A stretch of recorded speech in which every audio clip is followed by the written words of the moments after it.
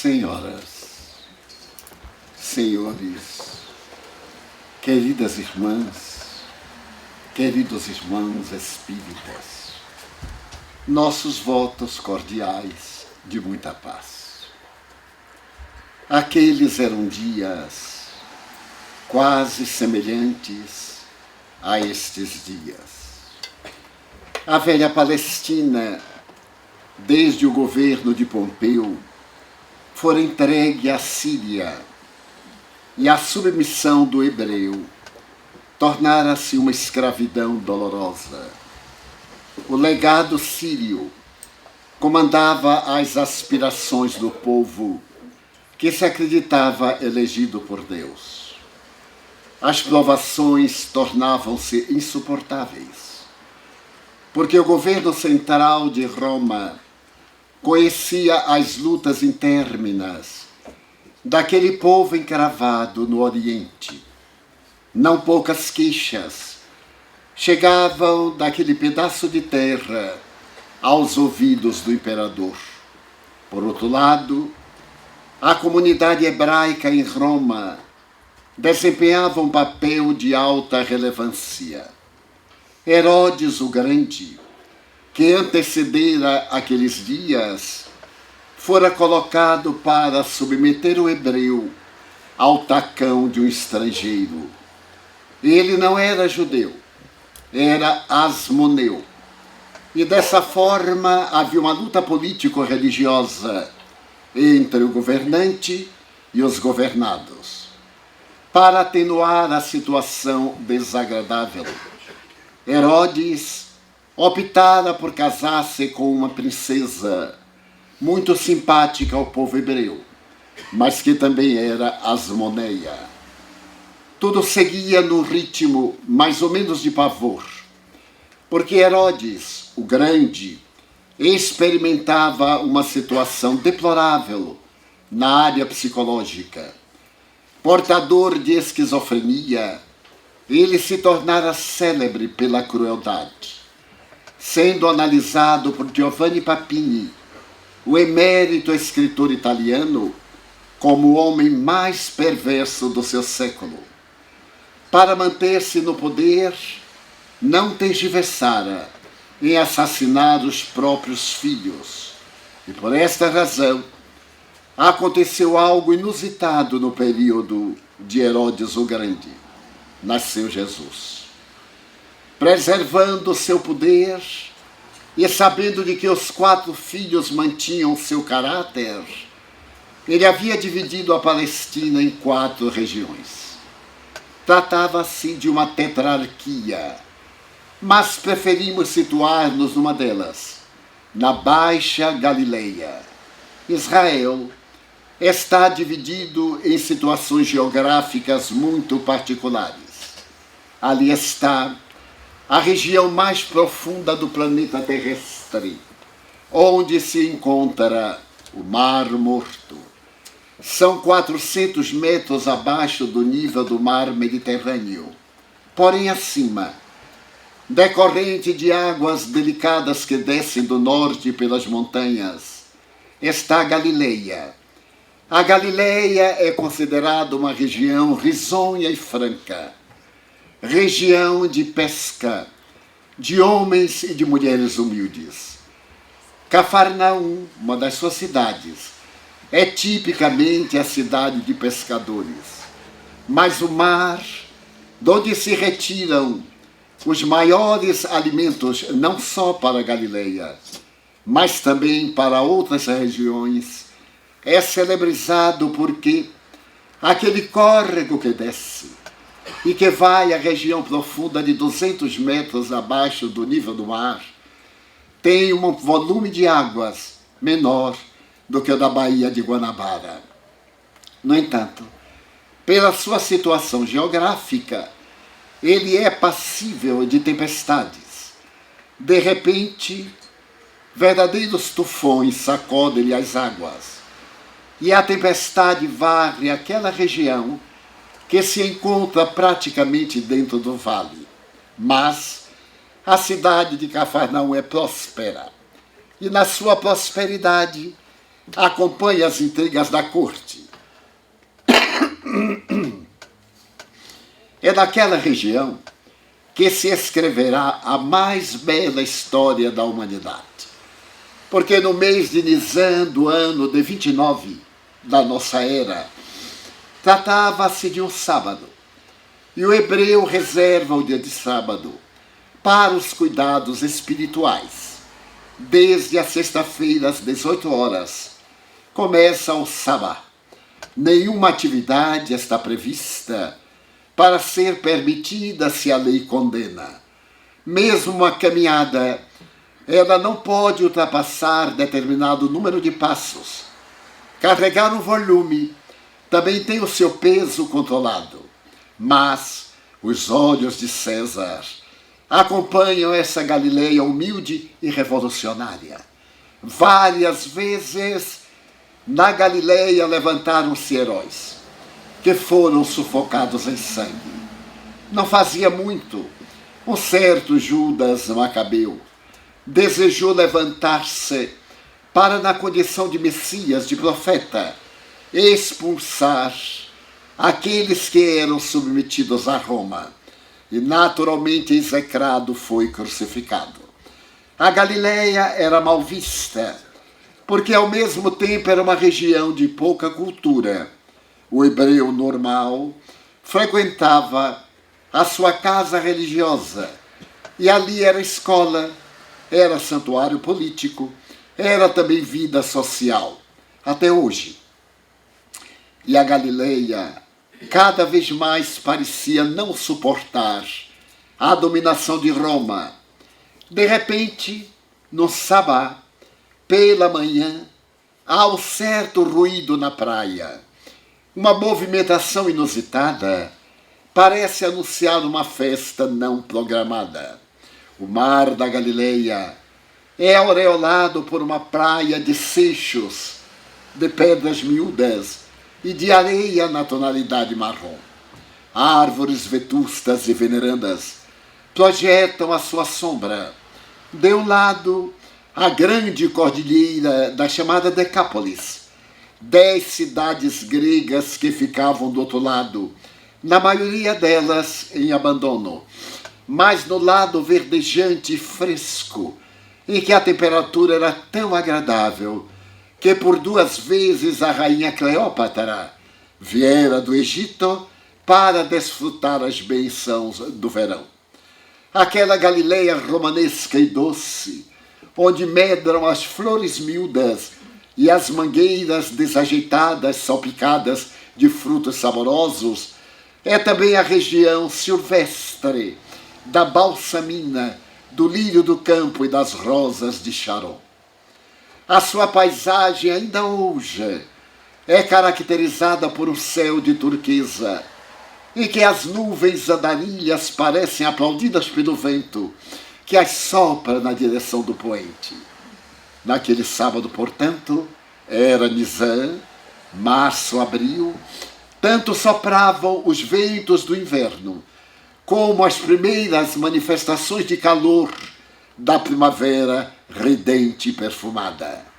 Numa casa quadrangular, de pedra vulcânica, com algumas acomodações internas, há uma movimentação inusitada. A casa de um pescador, Simão Bar Jonas. O que equivale a dizer Simão, filho de Jonas? Ele é um homem de aproximadamente 40 anos, casado, vive com a própria sogra, não tem filhos, mas ele vem de uma tradição de pescadores que vai à 4ª geração passada. Ele é um homem de estatura, 1,70 m mais ou menos, de bíceps fortes. A testa é atrevida, a tez é queimada do sol. Os braços são resistentes de manejar as redes que atira com precisão nas águas encapeladas. Ali naquela casa, algo vai acontecer, porque a multidão acorre exatamente na casa do pescador e à sua casa, porque uma notícia correra de boca a ouvido. Não há melhor propaganda do que essa verbal. Quando se conta a alguém, se lhe pede segredo.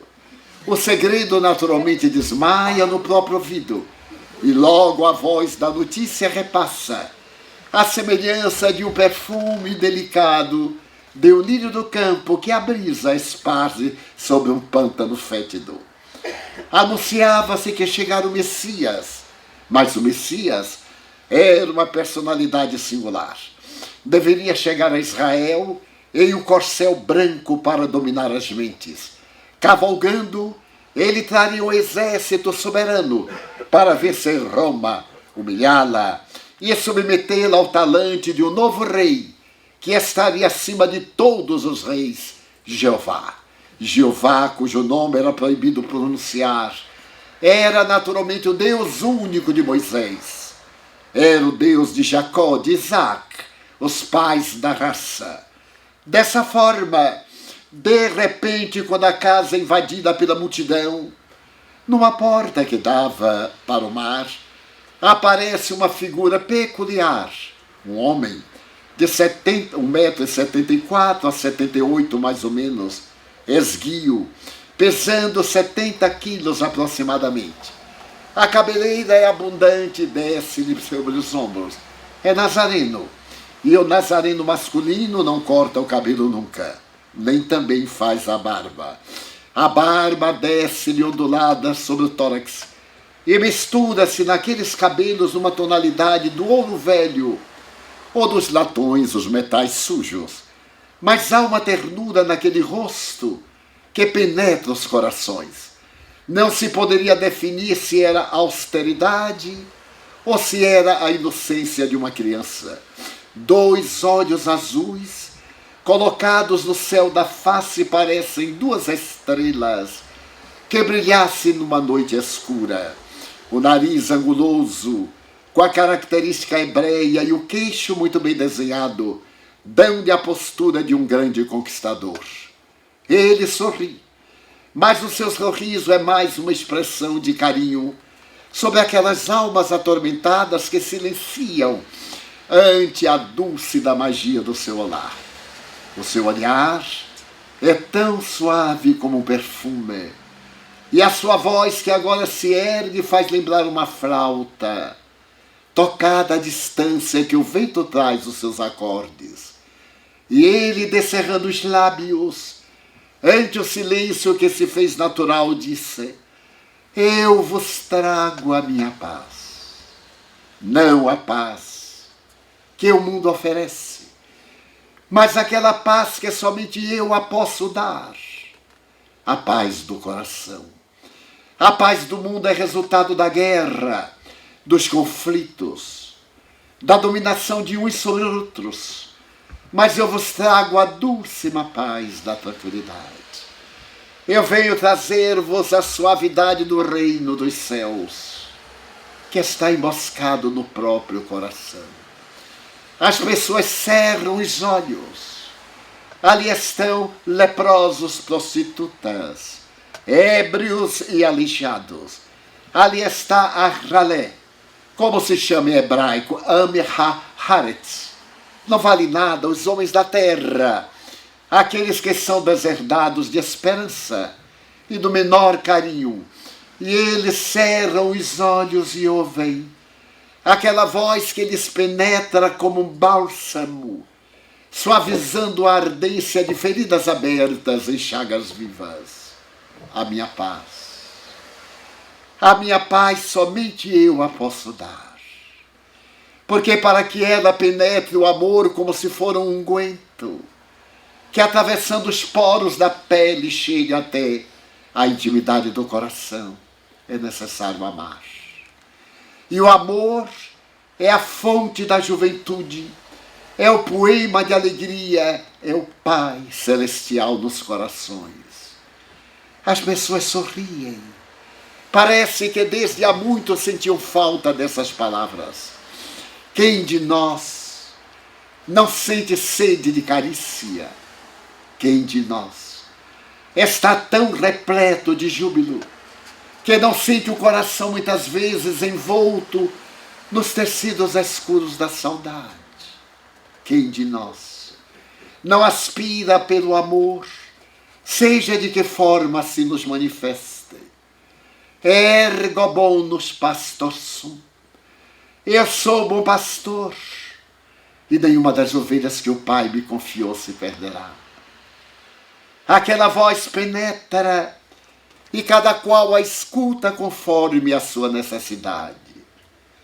Então ele diz ainda de maneira mais suave: vinde a mim, todos vós que estáis sobrecarregados, e eu vos aliviarei. Tomai sobre vós o meu fardo, recebei o meu jugo, porque eu sou manso e humilde de coração. Leve é meu fardo, suave é meu jugo. Sinite parvulus venire ad me. Vinde, pois, a mim, e eu vos consolarei. Há uma pausa. Dessas pausas que pronunciam novidades profundas. Desses silêncios que falam mais do que uma sinfonia. E alguém grita lá de fora: Rabi, mestre, apiada-te de mim e ajuda-me. A voz vem do lado de fora, naquele arredor em que a multidão está em volta da casa, que é superlotada, não aguenta mais ninguém. E as pessoas, no seu egoísmo natural, gritam: impossível passar. Digam a este louco para que se cale. Mas a voz aboia, uma sinfonia de dor e de ternura: Rabi, apiada-te de mim. Eu sou paralítico, Senhor. E alguém diz: levem-no pelo telhado. Porque as casas da época mantinham um pátio superior com uma claraboia, para poder entrar os ventos alísios do entardecer, refrescar o pátio e entrar na intimidade da casa. Uma escada de granito e de substância vulcânica é agora balançada por passos apressados que sobem na direção do pátio de cima, e todos olham. As sombras bailam na claridade do dia. O sol derrama dardos luminosos sobre a terra. E há uma inquietação e expectativa muito grande, quando de repente aparece uma esteira lodacenta, amarrada nas quatro pontas por cordas vigorosas, e desce. E sobre ela um corpo cadaverizado, os ossos à mostra quase, a pele forrando os maxilares. Os zigomas da face parecem querer romper o tecido delicado. E ele desce até ficar no chão e todos olham. Era um paralítico muito conhecido na cidade. Então Jesus o olha e ele transpira. O joelho parece cimentado por uma paralisia irrecuperável. Então ele ergue os braços e em pranto grita: Rabi, apiada-te de mim, porque eu sou paralítico faz 5 lustros, 25 anos. Jesus olha a multidão, e a multidão reage de uma forma normal. Se és o Rabi, cura-o, para que nós vejamos e assim criamos. Até hoje é assim. Cura para que nós vejamos. O Rabi olha para aquele homem, que lhe parece familiar, e pergunta suavemente: Natanael, ben Elias, tu crês que eu te posso curar? E Natanael, agora dominado por uma certeza, apresenta na face uma interrogação e pergunta: Rabi, tu me conheces? Tu nunca me vistes, mas tu me conheces, Rabi? Ó Natanael, ergo bonus pastor sum. Eu sou meu pastor e conheço todas as minhas ovelhas, uma a uma. Não te surpreendas, pois, de que eu te diga, Natanael, e te pergunte: tu crês que eu te posso curar? Na moderna psicoterapia, é necessário, diz o Dr. Bernie Siegel, o notável cancerologista da Universidade de Yale, nos Estados Unidos.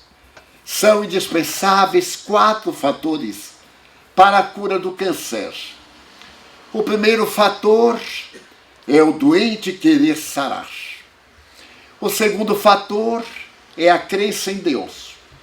O terceiro fator é a crença no médico. E o quarto fator é lutar sem desânimo. Esse homem ex-materialista, que eu tive a honra de conhecer, assevera que isso é a clerologia, é a maneira clerical da crença na cirurgia transpessoal. E é natural que sempre se pergunte ao indivíduo: você quer que eu lhe cure? Porque nem todos querem ficar curados. A doença é um bom mecanismo psicológico para o indivíduo refugiar-se na infelicidade. Todos nós gostamos de muitas vezes simular inconscientemente determinados estados patológicos. E como gostamos de ser vítimas, é necessário que haja alguém culpado. No caso, a doença. Desejamos a cura, mas não a queremos. E daí é necessário que haja este querer, para que então os nossos neurônios cerebrais, produzindo neuropeptídeos, façam as neurocomunicações de maneira eficaz. E o doente responde a Jesus: eu quero. E tu crês que eu te posso curar? Oh, eu creio. Se tu me conheces, tu sabes das minhas dores e das minhas agonias. Então cura-me. O mestre olha para o homem. A multidão acompanha-lhe os menores gestos. E ele diz suave e energicamente: Natanael, bem Elias, eu te ordeno em nome de meu pai, levanta-te e anda. Natanael ergue os braços magros, crava os cotovelos no chão, dá um impulso, mas não consegue o equilíbrio e tomba sob um vagador. A multidão tem uma exclamação de dúvida: oh! Mas agora Jesus está genuflexo. Olha nos olhos de Natanael. Parece que chispas luminosas vinculam aqueles dois um ao outro. E ele pergunta agora com a voz firme, gutural: Natanael, bem Elias, tu crês que eu te posso curar? Levanta-te. E também ele se levanta. E Natanael, como se tivesse uma catapulta invisível nas costas, ergue-se e oscila como um pêndulo de relógio estando de pé. O suor escorre em abundância. Ele o retira da face e agora, vis a vis com Jesus, pergunta: que queres que eu faça? Que te apresentes aos doutores, que vás e que a todos digas o poder daquele que vem em nome de Deus. Naturalmente, esta frase causa certo espanto, porque invariavelmente, depois que ele curava, mandava o doente anunciá-lo aos doutores da lei. É necessário conhecer-se um pouco da legislação da época. À época, qualquer pessoa que tivesse determinada enfermidade infecto-contagiosa, particularmente a lepra, a loucura, dermatoses generalizadas, a tuberculose, que era desconhecida, mas era chamada peste branca, eram excluídas do livro da vida. Cada qual era registrado, como até hoje. E desde que uma enfermidade perversa e incurável tomava conta, era mandado para fora da cidade e tinha o nome riscado. Ao restituir a saúde do paciente, ele mandava apresentar-se aos doutores para que recolocasse o seu nome no livro dos vivos. E Natanael enrola a esteira, dá um grito: aleluia, hosanas ao Filho de Deus. A multidão abre alas e ele desaparece. Um silêncio mortal. A expectativa agora é uma surpresa. E uma mulher que tem uma filhinha ao colo grita: Rabi, apiada-te da minha filha, é cega. Acerca-se-lhe e ele toca os olhos da menina. A manga da indumentária larga rocia o peito da mulher. Ambas fremem e a menina grita quando o raio de luz Agora lhe fere o nervo óptico e ela recupera a visão. E alguém grita: Rabi, mestre, Senhor, ajuda-me, cura minha lepra, ajuda-me no transtorno, Senhor. E Pedro, o dono da casa, estava na outra porta da sala de entrada e exultava. Dizia-se de si para consigo: que felicidade! O Rabi está na minha casa. Que felicidade ter o mestre! Quem não teria essa felicidade? E olha para o Rabi como se for um cão São Bernardo, atendendo alguém de terna expectativa de amor. O dia murcha na boca do entardecer. E quando o sol declina e apenas fica o leque de ouro com as últimas plumas, coroando as nuvens daquelas tonalidades fortes e douradas, o mestre olha para Pedro com uma expressão indefinível. A multidão curada ia e mandava nova multidão de deserdados. É sempre assim, porque a terra é uma escola-hospital ou hospital-escola. Somos todos doentes da alma e sempre estamos à cura, na sua procura, para as enfermidades do corpo. Mas naquele momento, depois de um dia de desgaste, o mestre olha para Simão e Simão compreende. O mestre estava cansado. Era transcendente, mas era humano. Então Simão se exalta, empurra as pessoas e grita: ide, ide para fora. O Rabi está cansado, ide, ide. E toma do Rabi com imensa ternura. Essa ternura, esse carinho, essa mão de seda que lhe escorre pelos cabelos abundantes, leva-o à praia. Jesus havia elegido a natureza como seu tabernáculo e o mar. Aquele mar cantante, de ondas, à semelhança de bordados de mirro, como rendas que se despedaçam nas praias marrons, beijando suavemente as areias frescas. E leva Jesus até uma pedra, à sombra de uma figueira vetusta. A noite desce sem preâmbulos.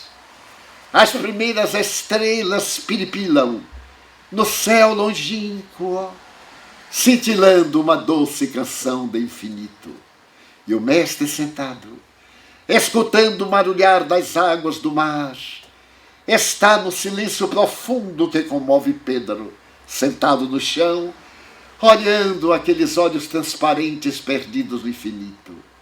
Subitamente, a doce claridade de prata da lua, que se arrebenta nas águas agora transparentes do mar, Pedro percebe que ele chora e lhe pergunta: Senhor, tu choras? Ó Pedro, sim, mas deve ser de alegria, porque hoje é o dia que se inscreve na pauta da nossa vida. Tu curaste. Eu conheço pessoalmente a Natanael Ben Elias, o miserável, a quem sempre levo os peixes que restam depois do meio-dia. Há muitos anos, faz muitos anos que eu o socorro. Aquela mulher cega que também eu conheço, tu libertaste da escuridão que a dominava. E aquele leproso que foi apedrejado na entrada da cidade, eu vi as carnes fremirem e de imediato a pele recuperar-se, sem nenhuma cicatriz. Senhor, é de alegria que tu choras? Não, Pedro, é de tristeza. Mas eu não entendo, porque hoje é um dia festivo e tu choras. Sim, Pedro, choro, porque não me entendeis, nem tu, nem eles. Tu falas de Natanael. É verdade que eu recomendei-lhe a recuperação do corpo e consegui. Mas nesse momento ele está numa tasca, com mulheres equivocadas, bebendo e dizendo: vede, nenhuma paralisia, vede meu corpo, nenhuma marca. E ele agora pensa na sensualidade, no prazer. E o leproso está no leito de uma meretriz, e diz para ela: o mestre me curou. Vê-me, aonde estão as úlceras pútridas, a carne despedaçada em decomposição. O Rabi deu-me vida e eu vou beber até a última gota da taça do prazer. E a mulher cega olha as pessoas agora desconfiada. E então ela diz: cobrarei cetil por cetil. Aqueles miseráveis que me desdenharam, aqueles que me perseguiram por causa da loucura da cegueira, e que me ameaçavam expulsar do círculo dos vivos. Ele me curou. Agora sim eu pretendo vingar-me. Pedro, tu crês que se coloca vinho bom em odres, em vasos sujos? O vinho a vinagre. E tu podes crer que se coloca tela nova em tecido velho e podre como remendo? O rombo será maior. Não penses que eu venha trazer o sublime licor da paz para odres sujos e perigosos, nem trazer a palavra do reino dos céus para aqueles que se não pretendem renovar e aguardando pelos remendos transitórios até que cheguem outras doenças, exaltam meu nome. Não, Pedro. Mas por enquanto será assim. As criaturas ainda necessitam de ver para crer. Um dia, e ele levantou-se. A sua figura no claro escuro do luar parecia de uma seta de luz que desferisse voo na direção do infinito. Um dia virá, nem longe nem perto, e que na orfandade das criaturas humanas eu mandarei o Consolador dizer verdades novas, verdades que ainda não podeis entender. Um dia entender-me-ão, porque eu voltarei na condição do pastor que vela, que cuida, que ampara as suas ovelhas. E naturalmente a noite transformou-se em madrugada. A história narra-nos uma vida singular, a vida mais especial que já existiu na Terra. Mito, fábula, realidade, socialista, homem revolucionário, que importa? Ernesto Renan, o materialista da Academia Francesa de Letras, dizia: o vulto incomparável do homem. E da mesma forma, o grande escritor italiano ateu, a quem nos referimos há pouco, irá dizer que a vida de Jesus é a mais desafiadora do mundo, porque ele próprio a escreveu depois que se voltou para o Cristo. A história nos fala de homens e mulheres que, mesmo ateus, fascinaram-se com a grandeza de Jesus. Nietzsche, pessimista, adorava-o. Voltaire achava que o Cristo de Deus é a figura mais paradoxal da humanidade. Napoleão referia-se-lhe com respeito e com uma curvatura de cabeça. Mas se nós olharmos os grandes filósofos, Kant e aqueles que constituíram o pensamento novo do século XIX, referem-se a Jesus com todo respeito. Se esse não considera um homem de mensagem religiosa, considera-o como grande filósofo. Aquele outro como ético.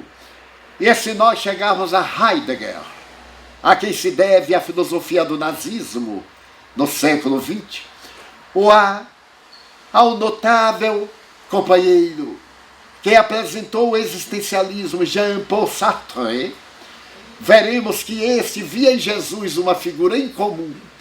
E Madame de Beauvoir também considerava Jesus aquele homem amado que ninguém podia compreender, porque Jesus é um divisor da história da humanidade. A doutora Hannah Wolff, essa notável psicanalista alemã, estabelece que ele foi o maior psicoterapeuta que a humanidade conheceu, há 2000 anos já. E que ele era tão moderno, que nem os hippies conseguiram viver sem Jesus. Enquanto eles anunciavam a flor e o amor, criaram a ópera pop Jesus Superstar. A figura deste homem ímpar é tão fascinante que na revolução do feminismo, aquelas mulheres desesperadas da Inglaterra e da América e do mundo na busca do lugar ao sol diziam: Jesus era feminista, porque ele se compadecia das mulheres e as dignificava. Porém, o mais notável é que as mulheres foram muito mais fiéis do que os homens. No Calvário, só havia um discípulo do sexo masculino, um rapazito de 18 anos. Mas nós, mulheres, estávamos lá. Maria, a meretriz de Magdala, Maria de Jerusalém, Maria, a Santíssima, a Verônica, Miriam, e citavam as mulheres como exemplo de estoicismo, que não podiam continuar vítima da situação discriminatória do machismo tradicional. E ganharam a guerra. Hoje encontramos mulheres notáveis, como a primeira-ministra da Alemanha, como a presidente da República do Brasil, agora demitida, fenômeno histórico e político, mas também a primeira-ministra do Chile, e quantas outras na Ásia muçulmana.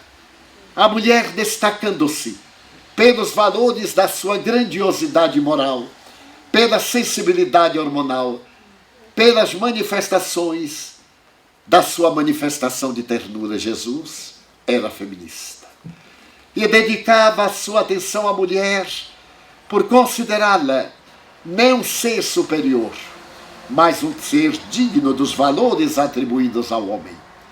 É este Jesus que, durante 2 anos e 2 meses, revoluciona a história. Os seus feitos, verdadeiros ou não, a sua mensagem de vida testemunhada por milhares de pessoas, merecem hoje, das neurociências, estudos muito especiais. Da física quântica, ele ultrapassou os limites da antiga física newtoniana.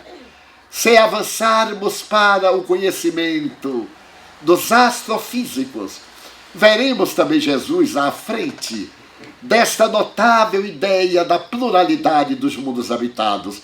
Credes em Deus? Crede também em mim. Na casa de meu pai há muitas moradas.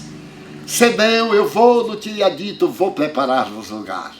Mas eu sou o caminho, a verdade e a vida. As muitas moradas na casa do Pai, exatamente aquelas que brilham no universo, e que a cultura dizia que as estrelas eram lâmpadas mágicas que Deus colocava à noite para diminuir a escuridão. Quanta santa ingenuidade! Ao tempo em que afirmavam, como os gregos, que o mundo tinha a forma de um disco, tendo por capital Atenas, para os gregos, tendo como centro Jerusalém.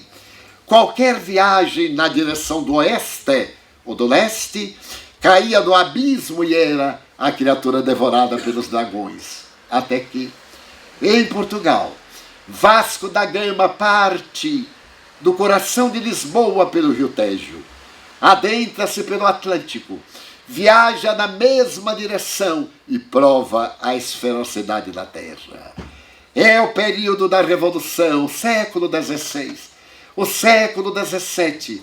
A religião dominadora cede lugar agora a novas perspectivas.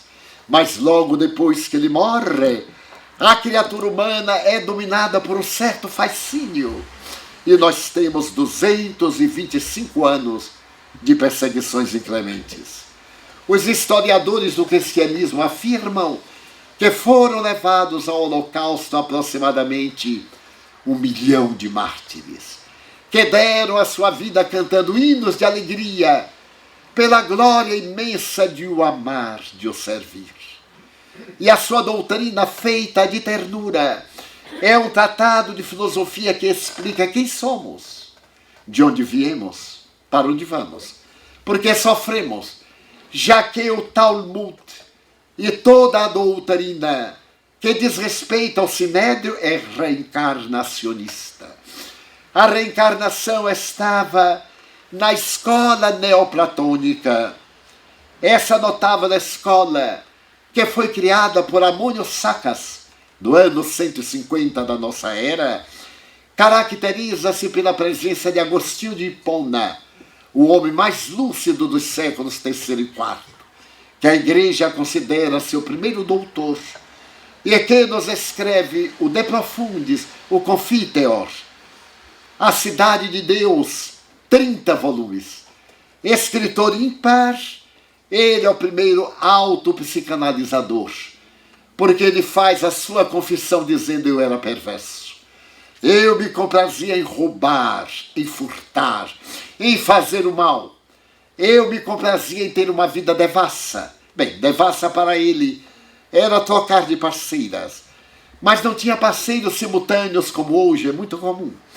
E eles se consideravam ser abjeto até encontrar Jesus. Depois de encontrá-lo, ele tem a oportunidade de dizer: nunca mais a concupiscência perturbou meu sentimento, nem meu coração.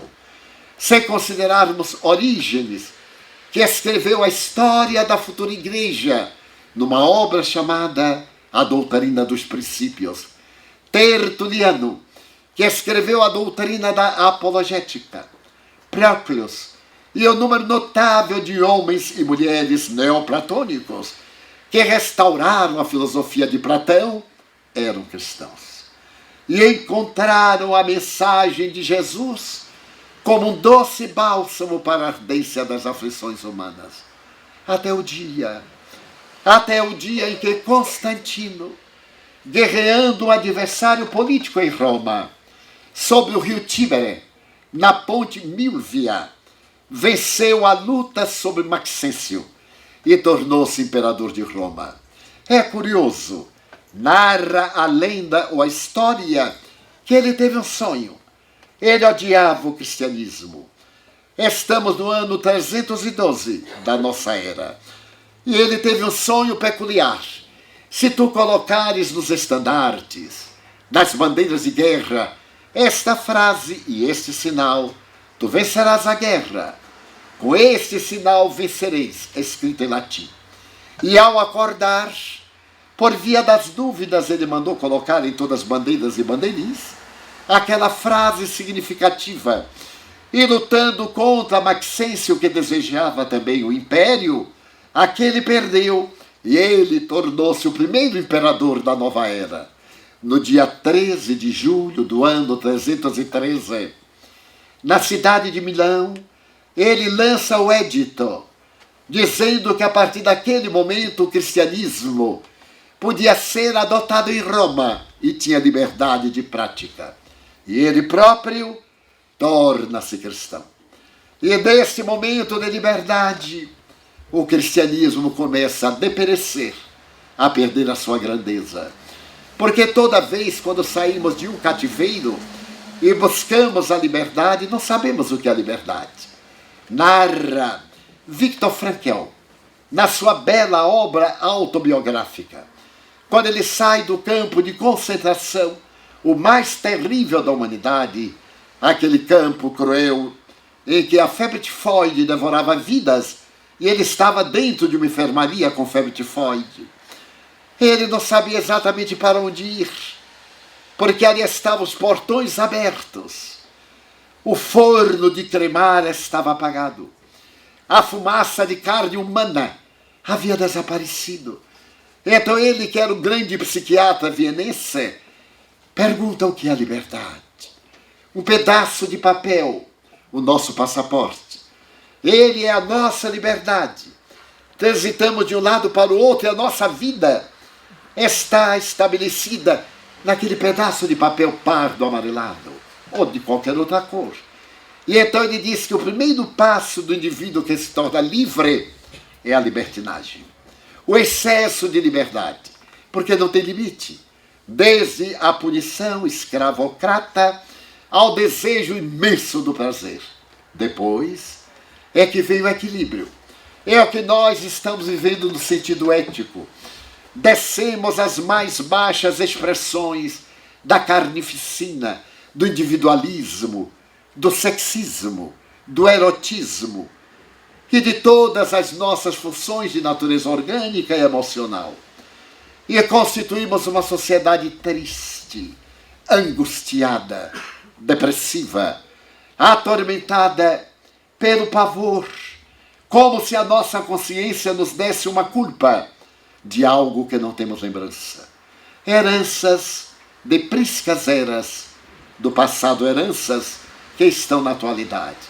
E a partir de 313 o cristianismo emurcheceu, porque se uniu ao poder da igreja, e a estátua de Júpiter Capitolino, em bronze, foi derretida, e logo de imediato se construiu, através dela, a estátua de São Pedro, que está na porta da direita da entrada da igreja de São Pedro do Vaticano, em Roma.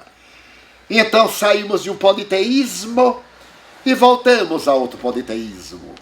Não adorareis imagens, nem daquilo que está nos céus ou nas águas, porque eu sou o vosso Deus que vos tirou do Egito, da casa da servidão. Primeiro mandamento da lei de Deus. E que com muita habilidade as religiões cortaram e colocaram apenas amar a Deus sobre todas as coisas. É farsa. Consulte-se a Bíblia e lá está, conforme acabamos de dizer.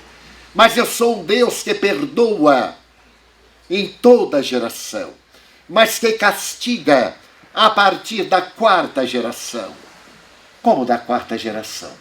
Então eu pratico um crime e da quarta geração alguém vai pagar? Sim, porque na quarta geração serei eu mesmo. Eu não posso pagar da segunda, porque eu não posso ser meu filho. E raramente poderei ser meu neto, embora aconteça. E ele diz, em outras traduções, a partir da terceira e da quarta geração. Daí muita gente dizer, está pagando os crimes do avô. É o avô que voltou. Não há dúvida.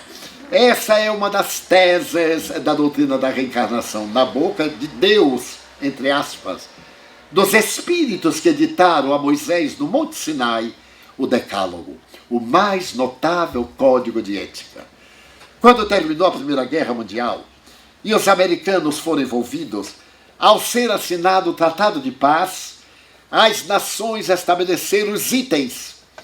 E o então presidente da República Americana ficou tomado de surpresa, porque eram tantos itens, que ele se irritou em determinado momento e disse, curioso, Deus, regendo o universo, se contentou com 10 itens. E nós não contentamos com livros e livros de leis. Para mim bastam 10 itens. Mas Gandhi e Jesus disseram, basta um, amar.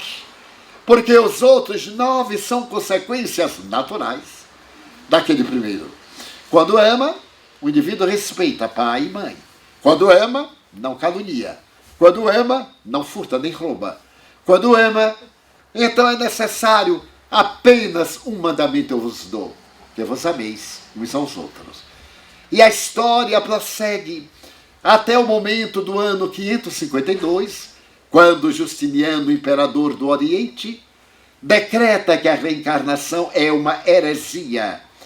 E a partir dali os reencarnacionistas são perseguidos e cremados pela Santa Inquisição.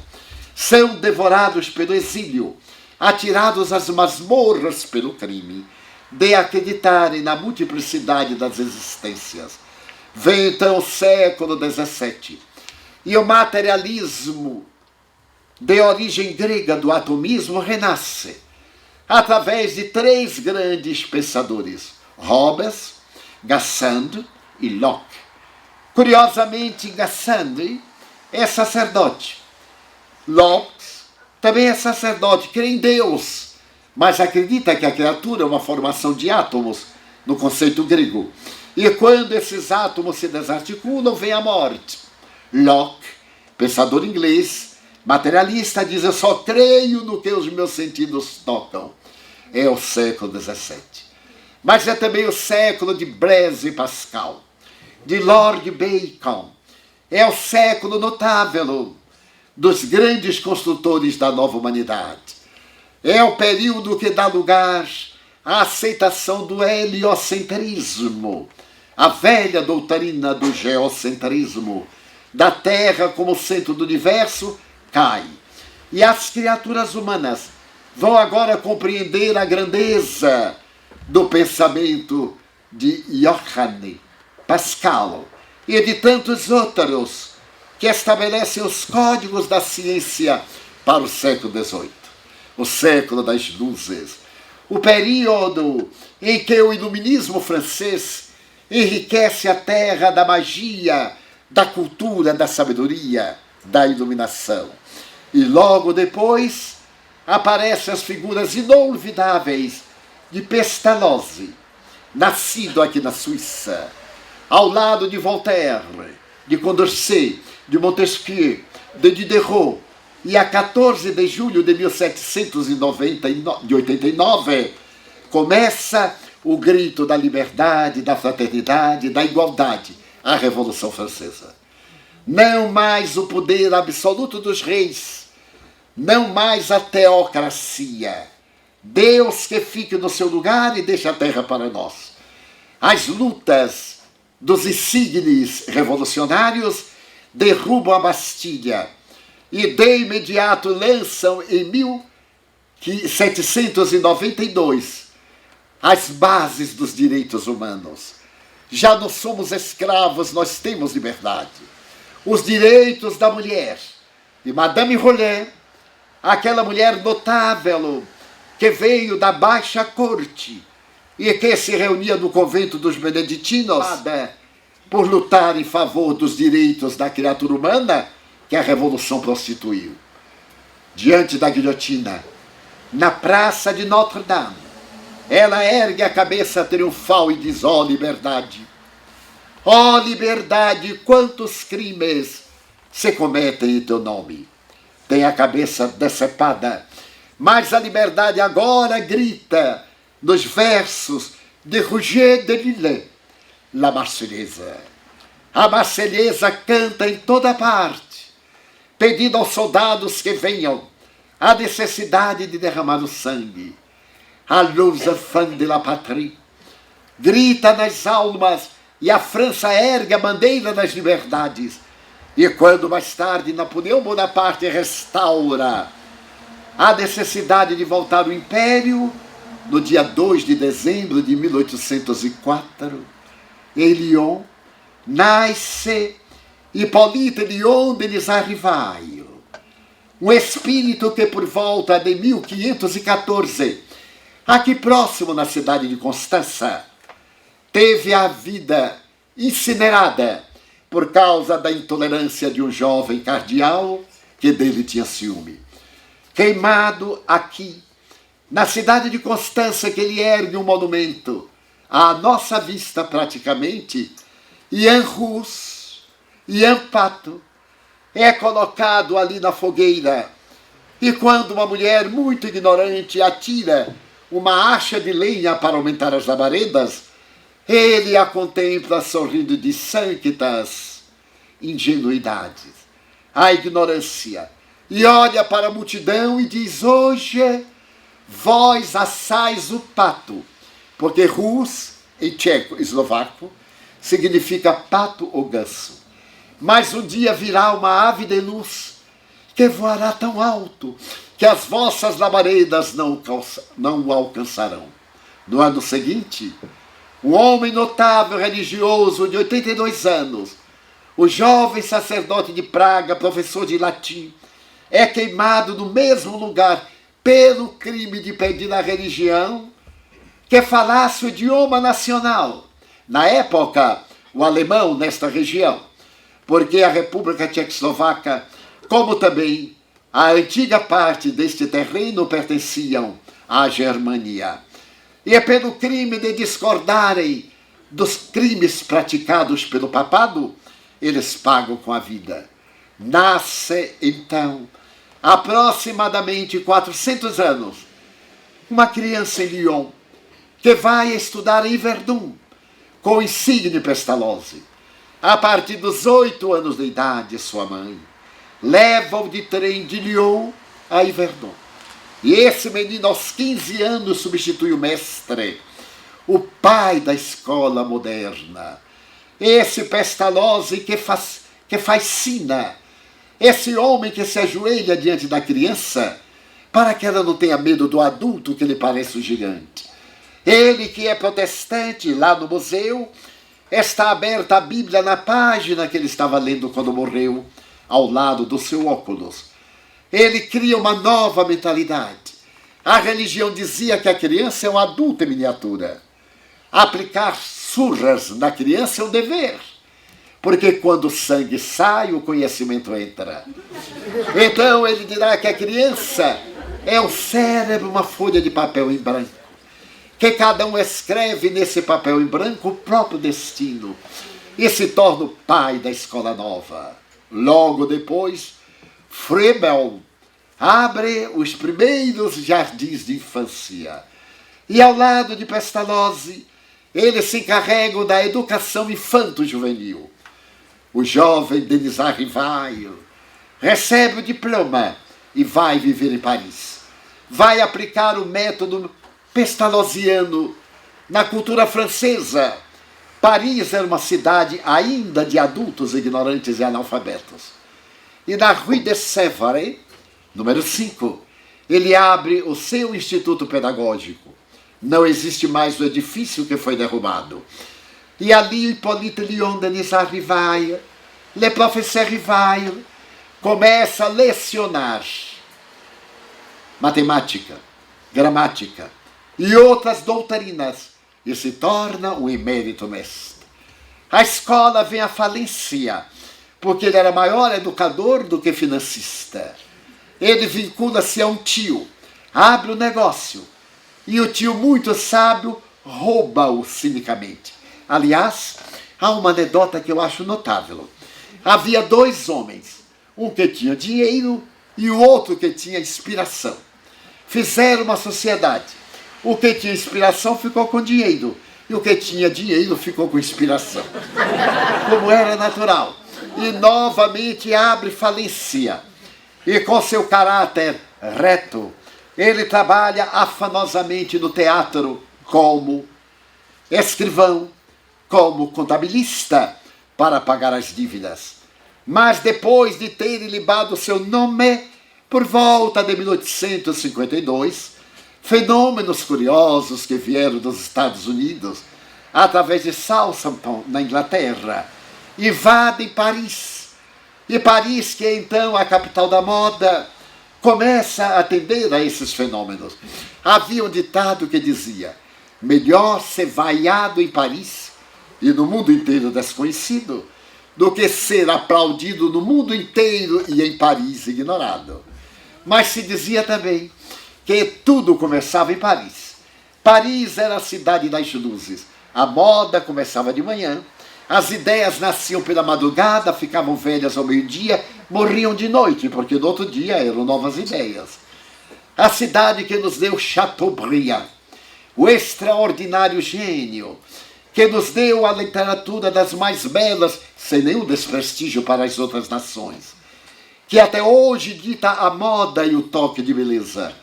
Ali então o menino, agora o jovem, agora o adulto, casado com uma suave miniaturista, Amélie Gabrielle Baudet, a doce Gabi, ouve falar desses fenômenos inusitados e a insistência de um velho amigo que se dedicava à hipnose, ao transe.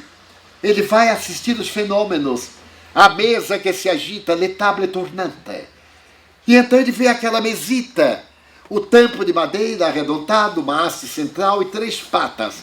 As pessoas põem a mão em cima do tampo, fazem perguntas e a pata da mesa se levanta e responde através de sinais. Mais tarde se concebe o Ijá, aquela placa com as letras e o ponteiro, que se pondo o dedo, a letra, ou melhor, aquela pequena parte movimenta-se e escreve, sem que a pessoa o deseje. Pode botar 10 dedos um em cima do outro. E cada qual tem uma ideia. E a resposta é lógica. O professor Rivaio olha o fenômeno e diz: é uma fraude. Eu não posso conceber que uma mesa que não tem nervos nem cérebro possa pensar, até que me provem o contrário. E a mesinha respondeu: mas não é a mesa que pensa, somos nós, as almas dos homens que viveram na terra. Nós pensamos. E ele foi examinado na residência de um amigo, do Sr. Boudin, que tinha 2 filhas de 12 e 14 anos. Ele havia chegado da Martinica.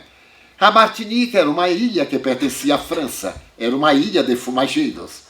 E ele tinha 58 cadernos de perguntas aos espíritos, respondidas através das meninas.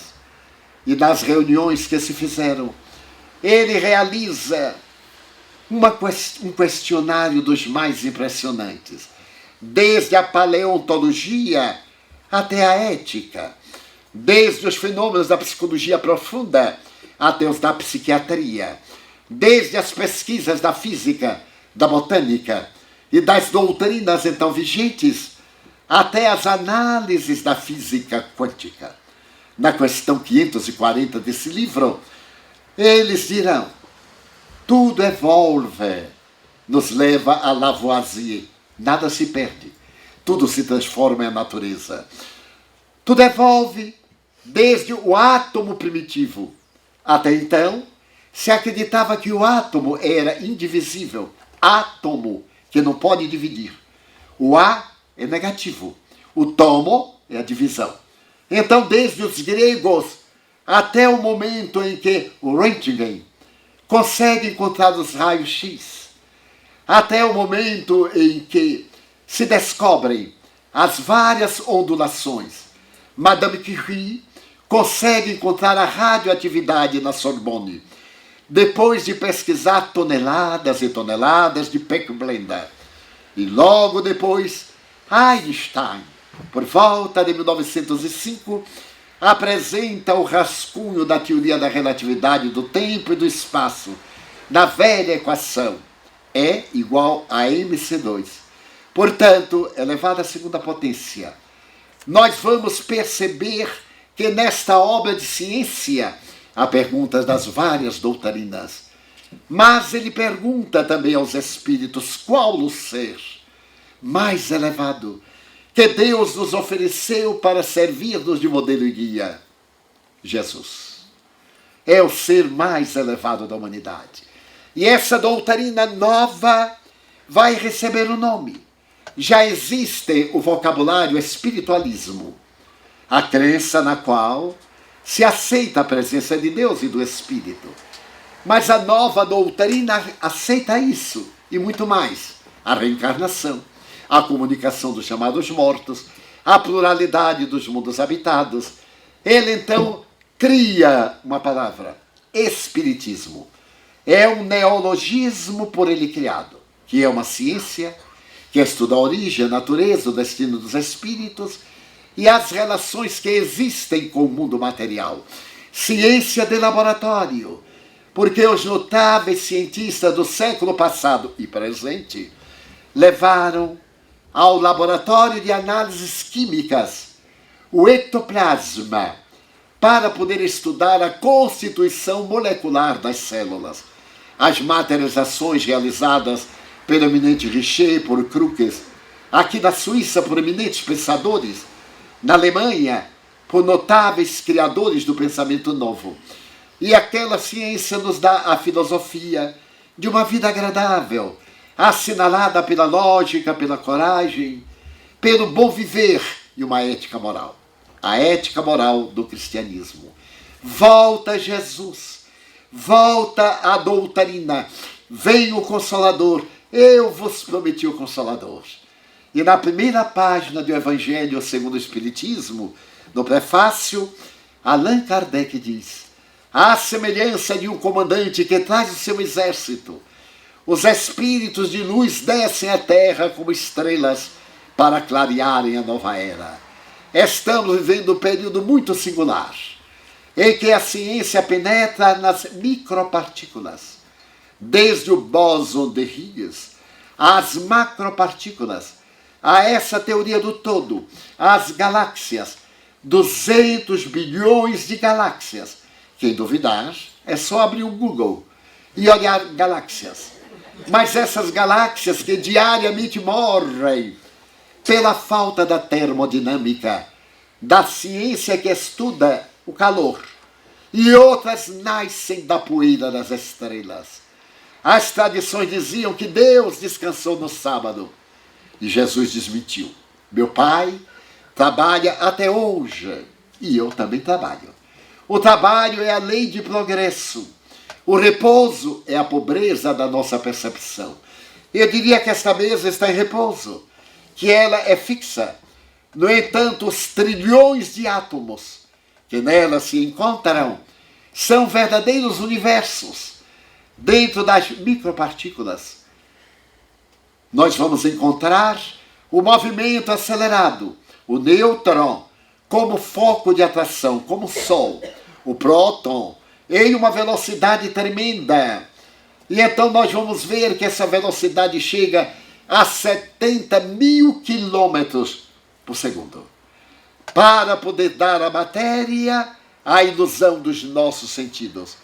E quando falamos, por exemplo, nas curas milagrosas de Jesus, não há milagre nenhum. As leis da física termonuclear explicam como as nossas células multiplicam-se. Desde que elas vivem em média de 28 a 32 dias, qualquer aceleração de partículas produz tumores. Qualquer desaceleração produz desequilíbrios. Então, o que fez Jesus com a sua força magnética? Fez acelerar o organismo doentio do paciente, que se recuperou. Fenômeno repetido nas materializações de Daniel Douglas-Home, da notável Elisabeth de Perrance, dos irmãos Davenport, de Eusápia Paladino. Não posso resistir, porque eu adoro Eusápia Paladino. Ela era analfabeta, adorava um bom vinho, era de uma região agradável, Nápoles, Dolce Nápoles, e era desabrida, ou desaberta, como se queira conjugar o verbo. E certo dia, o notável antropólogo italiano Cesare Lombroso, pai da antropologia, foi visitar a senhorinha Eusápia Paladino. O sol maravilhoso de Nápoles, seu céu azul. E ele chega à sala e pergunta àquela mulher simplória: é verdade que a senhora pode transportar um objeto de um lugar para o outro sem tocar? Ela disse: sim, é muito fácil. Para o senhor eu farei uma coisa melhor. Fez um transe às 10 horas da manhã e pelos orifícios naturais da face materializou uma mulher de baixa estatura, com um manto sobre os ombros, o chale, o cabelo penteado para trás e um pente à la seviliana, que distendeu os braços e gritou: Cesare filho mio, e começou a conversar com ele no dialeto da sua região. Estamos mais ou menos por volta de 1890, e César Lombroso dedica 30 anos para estudar Eusápia e os médios, e escreve ipsis verbis. Quando me recordo que nós, os cientistas, zombávamos do espiritismo, coro de vergonha por mim e por eles, porque eu também sou espírita. Os fatos convenceram. Diante dos fatos não existe contra-argumentação. Mas não somente ele. Homens da estatura de William Crookes, o pai da física na Inglaterra, o notável pai e o maior cientista do século XIX, que nos dá a metapsíquica humana, Charles Richer, e homens e mulheres extraordinários de todos os níveis, vêm falar dessa imortalidade, convidando-nos a uma nova era. Estamos no dealbar de uma nova era. À semelhança daqueles dias, disse eu as primeiras palavras, esses dias enfrentam os paradoxos. A mesma situação deplorável. Não é o Império Romano, é o Império do Prazer que nos domina. É o individualismo. São as nossas paixões férreas que nos enjaulam dentro do nosso ego atormentado. A nossa sede de paz, a nossa necessidade de ventura. E as vozes espirituais proclamam: vinde a mim, não vos preocupeis em vencerdes no mundo, vencei o mundo. Jesus é o vencedor do mundo, este mundo no qual queremos vencer, e ele nos vence porque nos arrebata a morte e o que temos deixamos. Então vivemos um momento de transição espiritual. A Terra se prepara para um novo salto, um salto ético, um salto moral, um salto tecnológico. O século XX foi da ciência, pertenceu à tecnologia. O século XXI será o da beleza. Voltarão os clássicos. Já sentimos saudades de Beethoven, já sentimos saudades de Bach, sentimos saudades de Brahms, mas também sentimos saudades de Chopin, o romântico, e de quantos outros. Ouvimos há pouco Xerxes, a grande ópera que nos deu o doce largo, que nos falou docemente da ternura, de uma sombra, de uma árvore. Mas também sentimos saudade de uma música de Mendelssohn, a suave música do coração. Essa música do coração de Mendelssohn penetra os recantos mais profundos da nossa alma. E a beleza, depois da arte greco-romana, depois do Renascimento, depois da arte fotográfica, depois do modernismo, das doutrinas diferentes, do abstracionismo. E eu me recordo de uma amiga que tenho, que esteve no Louvre, e depois de percorrer o Louvre durante 8 dias, ela me disse: não vi nada demais, Divaldo. O que eu achei mais notável foi uma tela de um jovem estudante do lado de fora. E eu perguntei: mas como era a tela? Ela disse: bem, era apenas a tela, em branco. Então a gente chegava, olhava e dizia o que é, e ele dizia: coloque o que quiser. Você veja a coisa fantástica. Eu disse: nossa, que coisa fantástica. Mas eu ainda prefiro, ao lado de Picasso, Rembrandt. Ainda prefiro Leonardo da Vinci, Rafael, Sanzio. Ainda prefiro Caravaggio. E também alguns modernistas, é claro. Mas eles estão de volta nessas crianças geniais que estão em toda parte. Cabe-nos a tarefa de preparar o futuro, de preparar a criança de hoje para os dias do amanhã. Cabe-nos construir a era nova que está em nossas mãos. A sociedade de amanhã será o que dela fizermos nos dias de hoje. Agora colhemos os frutos da ignorância, da liberação, dos frutos de ontem, mas temos o amanhã, esse eterno e doce amanhã. Então, ao pensar na oportunidade de estar em nossa casa, enquanto vínhamos até aqui, elocubrei que deveria fazer um pouco de história, de passar pelas páginas do cristianismo para dizer: o espiritismo não veio curar corpos que voltam a adoecer, veio curar almas, colocar em nós o sal da terra, porque o corpo é cheio de vicissitudes. São 3 bilhões de células que obedecem ao ritmo da mitose. É natural, portanto, que nós estejamos horas bem, horas não bem, horas más. Basta uma noite mal dormida e logo teremos um problema do fígado, a bilis no intestino, um estado diarreico. Basta que tenhamos o entusiasmo e tomemos um cálice de vodka. E de imediato nós teremos uma reação de esfogueamento. É o organismo, uma contrariedade ou uma alegria.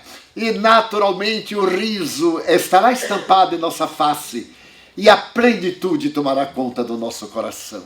É esse o Cristo de Deus que nós procuramos.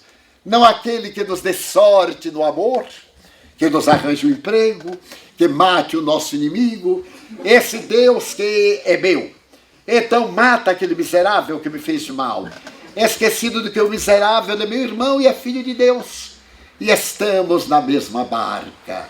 E na mesma barca, ou movimentamos os remos na mesma direção, ou naufragamos. Então surge uma filosofia nova, uma nova ética, uma experiência de viver. A felicidade é possível. Tente conquistá-la. Talvez pague o preço pela falta de hábito. Mas ser feliz é a nossa meta. Isso custa tão pouco. Basta amar. E lembrai-vos de mim, que venci o mundo, disse ele. Nesse momento, pois, histórico e grave, ao invés de maldizermos a vida e nos deixarmos atormentar pelas situações embaraçosas, tenhamos o entusiasmo de dizer: Pai nosso que estás nos céus, na luz dos sóis infinitos, Pai de todos os aflitos deste mundo de escarcéus, santificado, Senhor, seja teu nome sublime, que em todo o universo exprime ternura, concórdia e amor. Venha ao nosso coração teu reino de bondade, de paz, de fraternidade, na estrada da redenção. Que a tua ideal igreja seja o altar da caridade, onde se faça a vontade do teu amor, que assim seja. Muito obrigado.